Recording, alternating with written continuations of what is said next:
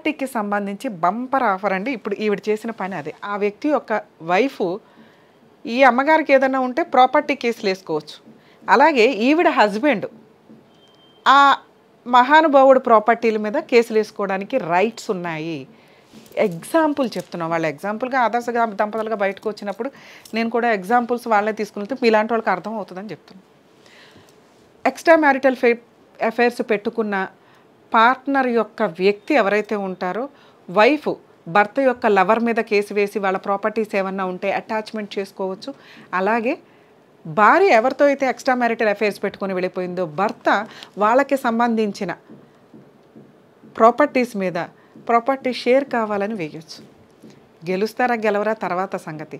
మీ మానసిక క్షోభ బాధ ఏవైతే ఉంటాయో మేబీ ఇలాంటి ఒక రిప్రజెంటేషన్స్ కేసులు రిపీటెడ్గా కోర్టుల్లో ఫైల్ అవ్వడం వల్ల రియలైజేషన్ వచ్చి మళ్ళీ వీటి మీద కొంత సివియర్ యాక్షన్ తీసుకుంటారేమో అనేది మనం ఎక్స్పెక్ట్ చేయొచ్చు. అలాగే అవతల వాళ్ళకి కూడా బుద్ధి వస్తుంది. ఒక వ్యక్తి యొక్క లైఫ్ స్పాయిల్ చేసేసి మ్యూచువల్ డైవర్స్ ఇవ్వరు, కాంపెన్సేషన్స్ అడుగుతారు, ఎదురు సతీ సావిత్రుల టైపులోనో లేకపోతే ఏదో వీడికే అన్యాయం జరిగినట్లు కోర్టుల చుట్టూ తిరిగేస్తూ అక్కడ కేసులు అలాగే ఉంటే వీళ్ళు ఇక్కడ ఎంజాయ్ చేస్తూ కూర్చుంటామంటే వాళ్ళ మీద ఆధారపడిన పార్ట్నర్ యొక్క లైఫ్, పిల్లల లైఫ్ సొసైటీలో చాలా డ్యామేజ్ అవుతుంది. దేవుడు వీళ్ళ రాత రాస్తారో లేదో కానీ పార్ట్నర్స్ రాసేస్తున్నారు.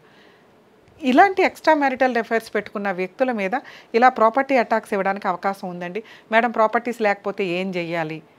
వేసుకోండి, మిగతా కేసులు ఫైల్ చేసుకోండి. ఎందుకంటే ఐపీసీలో మీ లైఫ్కి సంబంధించి బిఎన్ఎస్ యాక్ట్లో మీ లైఫ్కి సంబంధించి డ్యామేజ్ అయ్యింది కాబట్టి మిగతా సెక్షన్స్ 498 ఒకటే కాకుండా మిగతా సెక్షన్స్ వాడుకుంటూ ఈ ఎక్స్ట్రా మ్యారిటల్ అఫైర్ పెట్టుకున్న పార్ట్నర్ ఎవరైతే అవతల వ్యక్తులు ఉన్నారో వాళ్ళ మీద ఈ స్పౌస్ కేసు వేయడానికి అవకాశం ఉంటుంది. దయచేసి ఎక్స్ట్రా మ్యారిటల్ అఫైర్స్ని ఎంకరేజ్ చేయకండి అని సొసైటీని రిక్వెస్ట్ చేస్తున్నాను. అలాగే లా అండ్ ఆర్డర్లో వీటి మీద కొంత మార్పు వస్తే బాగుంటుంది.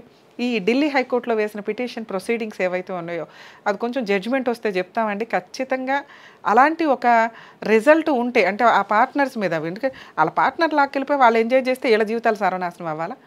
ఆ ప్రాపర్టీలో షేర్లు వచ్చే విధంగా జడ్జిమెంట్స్ ఉంటే బాగుంటుందని కూడా నేను ఎక్స్పెక్ట్ చేస్తున్నాను.